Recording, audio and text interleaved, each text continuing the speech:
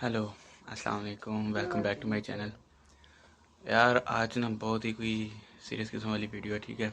मतलब पहले तो फर्स्ट हम व्लॉगिंग वगैरह करते रहते हैं, शुगल में लगाते हैं, आप लोगों को भी दिखाते रहते हैं। तो आज सिनेरियो ये है कि आज जैसे हम सारे स्टूडेंट्स आते हैं पाकिस्तान से, इंडिया से, बांग्लादेश से या इधर उधर कहीं भी, मतलब जो एशियन कंट्रीज़ हैं, मतलब किर्गिस्तान, कज़ाकिस्तान, रशिया या इधर उधर जब भी हम आते हैं ऑब्वियसली हमें वीज़ा लेना पड़ता है, ठीक है। तो ऑब्वियसली वो जो वीज़ा होता है हमारा 1 ईयर का होता है, उसके बाद हमें उसको एक्सटेंड करवाना पड़ता है। तो उसका सिनेरियो ये होता है कि मतलब जब आप लोग एक मीन्स किसी ने जनवरी में वीज़ा लगवाया है, मतलब किसी भी कंट्री का 1 ईयर का है, तो नेक्स्ट ईयर मतलब जनवरी से 1 मंथ पहले, मीन्स अगर किसी का 29 जनवरी को वीज़ा एक्सपायर होना है तो मीन्स वो 29 दिसंबर को एप्लीकेशन सबमिट करवा देगा। उसकी बेसिक वजह ये होती है क्योंकि जल्दी जमा करवाना होता है, मीन्स कोई भी इशू बन सकता है। आप लोग ऑफिशियली जब आप हम यहाँ ना आउट ऑफ कंट्री हैं तो यहाँ कोई भी इशू बन सकता है, मीन हमें पाकिस्तान जाना पड़ सकता है, कोई भी इशू बन सकता है। और ऑब्वियसली हमारे साथ कुछ ऐसे बेचमेट्स थे भी, उन्होंने टाइमली अपना वीज़ा जमा नहीं करवाया, अपनी फ़ी वगैरह जमा नहीं करवाई, वो फॉर्म वगैरह फिल करके नहीं दिया। इस वजह से उनका जो है वो उनको पाकिस्तान जाना पड़ा ऑब्वियसली वीज़ा लगवाने के लिए, ठीक है। तो सिनेरियो ये है कि अक्सर को नहीं पता होता कि क्या करना है क्या नहीं करना। मैं कुछ क्लिप्स बनाए थे जब मेरे दोस्त वगैरह गए थे, क्योंकि मेरा तो अभी वीज़ा एक्सपायर नहीं हो रहा, दिसंबर में होगा। सो अभी तो मैं खुद नहीं गया, खुद पर्सनली कि मैं आपको खुद दिखाता। मेरे दोस्तों का एक्सपायर हुआ था तो मैं उनके साथ गया था, तो मैंने कुछ क्लिप्स बनाए थे आप लोगों के लिए। तो मैंने कहा चलो आप लोगों को गाइड कर दूँ कि किस तरह सारा सिनेरियो करते हैं, ठीक है। तो फर्स्ट ऑफ ऑल क्या है, आप लोगों ने मतलब अभी $200 है ना, तो अगर पी के आर तो टेंगे करें तो आई थिंक सो 93,000 और 94,000 टेंगे बन रहे हैं, वो आपने लेने हैं, ठीक है। और फोर्थ बैंक है अभी इस ईयर में, लास्ट ईयर तो जो था वो सेंट्रल बैंक था, यूनिवर्सिटी के साथ वो भी डील कर रहा था, लेकिन अभी इस बार सिर्फ फोर्थ बैंक जो है वो वीज़ा के बारे में डील कर रहा है सेमी मेडिकल यूनिवर्सिटी के स्टूडेंट्स का। सो वो वहाँ आप लोगों ने जाना है, ठीक है। वो आपको खुद ही पूछ लेंगे कि आप लोगों को क्या करना है, आपने बताओगे। ऑब्वियसली उन्हें पता होता है कि स्टूडेंट्स आ रहे हैं, बार बार आते हैं, उन्हें पता होता है कि यार ये यूनिवर्सिटी के स्टूडेंट्स हैं, इन दिनों में वीज़ा एक्सपायर होता है और ये लोग आए हैं। वो आप लोगों से पूछ लेंगे वीज़ा एक्सपायरी के लिए, मतलब इंश्योरेंस के लिए आगे आप लोग आए हैं। वो आपको खुद ही एक वो टोकन सा दे देंगे, ठीक है। Then you have to wait, आपको थोड़ा सा वेट करना पड़ेगा, जैसे डिफरेंट बैंक के अंदर होता है, पाकिस्तान में भी होता है, हर जगह ऐसा ही होता है कि आप लोगों को वेट करना पड़ता है, ठीक है। आप लोग वेट करोगे, आपकी बारी आएगी, आपने वहाँ जाना है। You just have to bring 2 things. जो आप लोगों को ज़रूरत है वो मैं आपको बता रहा हूँ पहले कि आपको डॉक्यूमेंट्स कौन से चाहिए। आप जब लोग एडमिशन लेते हैं आपके पास ई नंबर होता है, जो पढ़ रहे हैं उन्हें तो पता ही नंबर क्या होता है, लेकिन जो फर्दर अभी आएंगे उन्हें शायद ना पता हो, तो इसलिए मैं बता रहा हूँ। आप लोग जब एडमिशन कर लेते हैं तो आपका इनविटेशन लेटर और ये सब चीज़ें जो भी होती हैं ये आपके इन नंबर की बेस पे होती हैं। तो इन नंबर आपको जब आप हॉस्टल में या यूनिवर्सिटी आएंगे तो आपको प्रोवाइड कर दी जाएंगे, और उससे आप मुझे ख्याल से रखना है, ठीक है। वो इन नंबर की आपने कॉपी लेनी है, या अगर आपके मोबाइल में पिक्चर है तो well and good, no issue, ठीक है। वो जस्ट आपने उसको देना है, ठीक है। और वो उसको टाइप करेगी और आपसे फ़ी लेगी और वो आपको रिसीव दे देगी, ठीक है। सिंपली वो आपको एक पेमेंट स्लिप दे देगी और वो आपने पेमेंट स्लिप लेनी है। उसके बाद आपने यूनिवर्सिटी आ जाना है।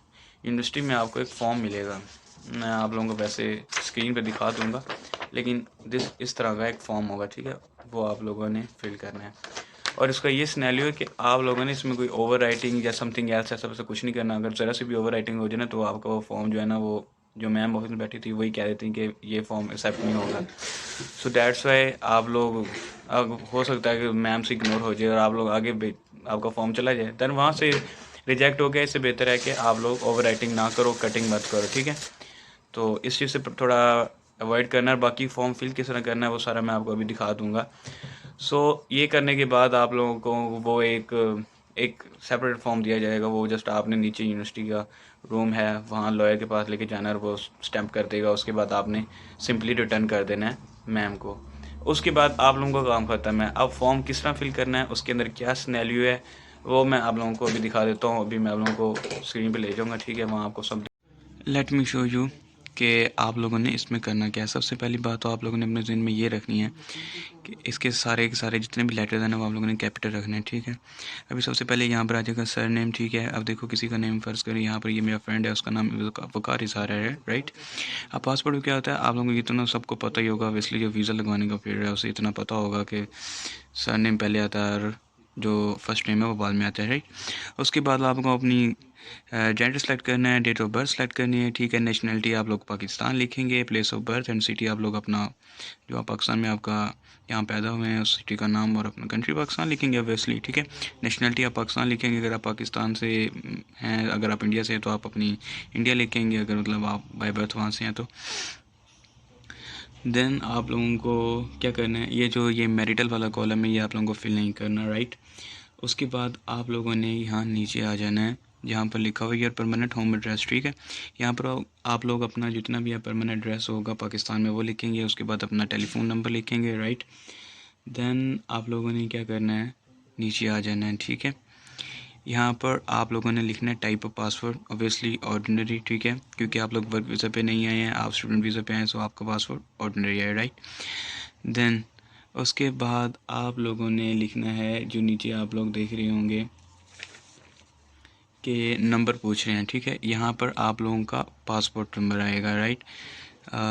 एक सेकंड में आप लोगों को हाथ लगा के दिखा देता हूँ। यहाँ देखें, यहाँ पर ये नंबर आ रहा है, यहाँ पर हमको पासपोर्ट नंबर लिखना है, डेट ऑफ इशू लिखनी है और इशूड बाय ऑब्वियसली पाकिस्तान। अगर आपके पास पाकिस्तान का वीज़ा है तो पाकिस्तान का पासपोर्ट है तो पाकिस्तान आएगा, इंडिया का है तो इंडिया आएगा, वेदर जिस कंट्री का आपके पास पासपोर्ट है यहाँ पर वो आएगा, ठीक है। और वैलिड अंटिल, कब तक वैलिड है वो आप लोग लिखेंगे, ठीक है।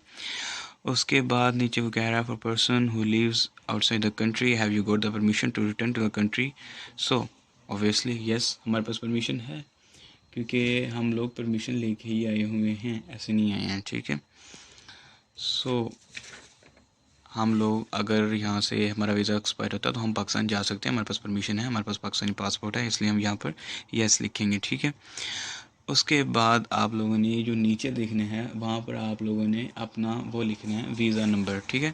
वीज़ा का नंबर लिखना है, ये मैंने अभी आपको बताया ना कि अगर आप अपने मुल्क से बाहर रह रहे हैं, अगर आपको पाकिस्तान वापस जाना पड़े तो क्या आप लोग जा सकते हैं या नहीं।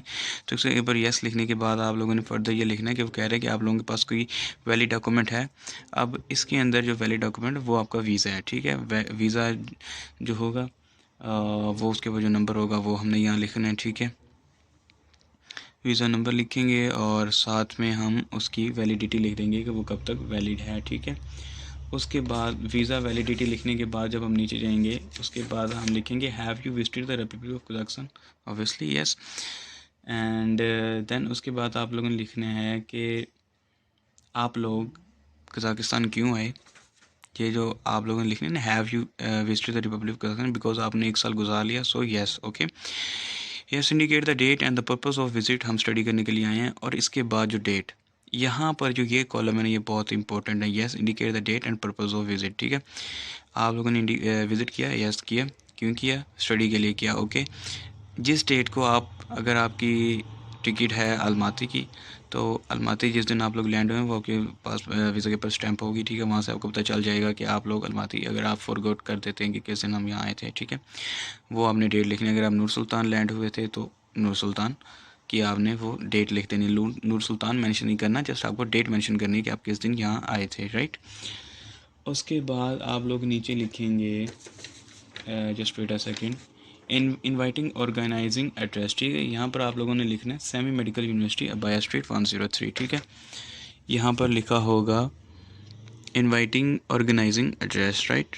आप लोगों को मैं दिखा सकता हूँ, ये देखिए नज़र आया, यहाँ पर आप लोगों ने लिखना है Semey Medical University Abaya Street 103, right. उसके बाद अगर मैं नीचे आता हूँ, यहाँ लिखा हुआ the first place of entry into the Republic of Kazakhstan. यहाँ पर आप लोगों ने लिखना है कि आप लोग पहले अलमाती लैंड हुए थे या नूर सुल्तान लैंड हुए थे, ऐसे नहीं होता। वो अक्सर क्या सीन होता है, बच्चों की पीछे से फ़्लाइट्स होती हैं अलमाती की, देन आगे किसी ने नूर सुल्तान की करवाई होती है, कोई सेमी आता है या कोई बाई ट्रेन आता है, तो आप लोगों ने उसकी नहीं देखनी है कि क्या स्नैली होता है, ठीक है। आप फर्स्ट कजाकिस्तान में कब लैंड हुए थे, अलमाती में हुए थे तो आपने अलमाती लिख देना है, अगर नूर सुल्तान में हुए थे तो नूर सुल्तान लिख देना है, राइट।